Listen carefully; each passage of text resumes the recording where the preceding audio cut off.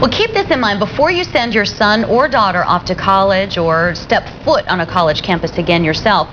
Some of the students there may have a dark past. These are students who look and dress just like any other college students. They carry the backpacks to and from class every day. Yeah, however, they also carry with them a badge, but it's not one of honor.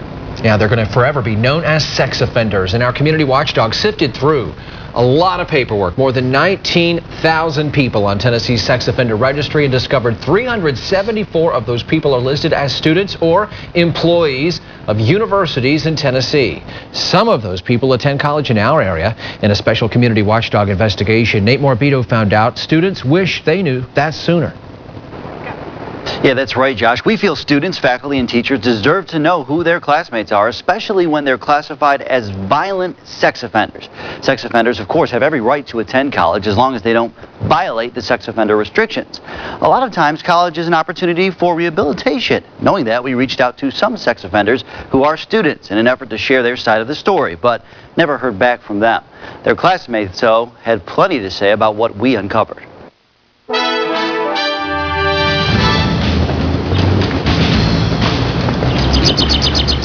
This is a quiet college campus. Everybody's so friendly and welcoming here. Perhaps a little too quiet. After all, there's something students here don't know.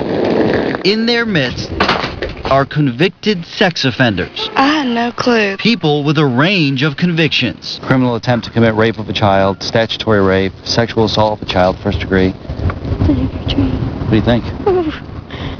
That's scary. The news caught 20-year-old Megan Lowe off guard. They talk about it all the time, and they say, you can go online and see them around your neighborhood, but I never expected them out of college. In fact, before today, the psychology major had every reason to feel safe while at school. Here at Northeast State, there are surveillance cameras, there's a police force. In addition, there are emergency phones in the parking lots. But Northeast State is also home to 5 sex offenders, and 2 of them are classified as violent. At one point, 8 violent sex offenders were enrolled here.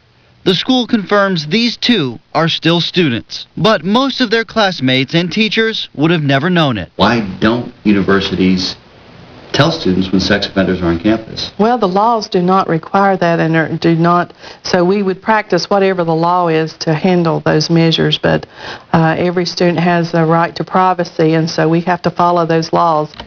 The information is available. It's just not publicized to the masses. Instead, students and teachers have to seek it out on their own from campus police. That's our goal, is to help them and rehabilitate them, and we feel it's law enforcement's job to monitor them and to keep track of them. Over at Tennessee Technology Center in Elizabethton, a similar shock. The state says 5 violent sex offenders attended school here at one point. The school confirms 2 are still enrolled. Before today, did you have any clue that 2 people considered violent, convicted sex offenders attended class here? I had no idea, and it's kind of scary. It's really unsettling to know that you're in the same place as somebody who's hurt another person that way. It sounds like to me, you don't think a lot of students realize there are sex offenders in their classrooms. I don't know the realization is out there that there could be sex offenders sitting right across the aisle from you in a class. Like Northeast State, Tennessee Technology Center also doesn't publicize which of its students are sex offenders for privacy reasons.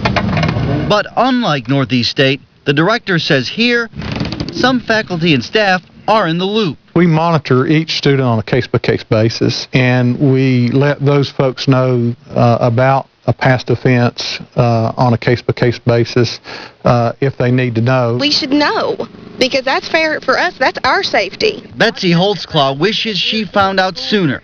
For this student, it's personal. I've had a family member that's gone through something like that, and I just don't agree with it at all. So you've been personally touched by it, and you know the impacts. Yeah, I know what it did to them. College may be a good place for a sex offender to get a fresh start. We're engaged in turning lives around. But some might say it's also a perfect praying ground. Now, you may have noticed we did not mention East Tennessee State University as part of this story. Well, that's because at the moment, the state says there are no violent sex offenders who attend school there. The same is true for the University of Tennessee at Knoxville. Although sex offenders do attend school at Tennessee Technology Center in Elizabethton and Northeast State, both schools tell us in recent memory they've received no reports of these people reoffending on campus. And Josh, one more thing. Northeast State says for anyone who is concerned, the college offers police escorts to people's cars at request, and they also offer rape, aggression, defense classes twice a year. Nate Morabito tonight. Nate, thank you very much. Well, if you want to know more information about this, if you want a closer look at the sex offenders on campus, we've compiled the information for you to look at yourself tonight. Our website, WJHL.com.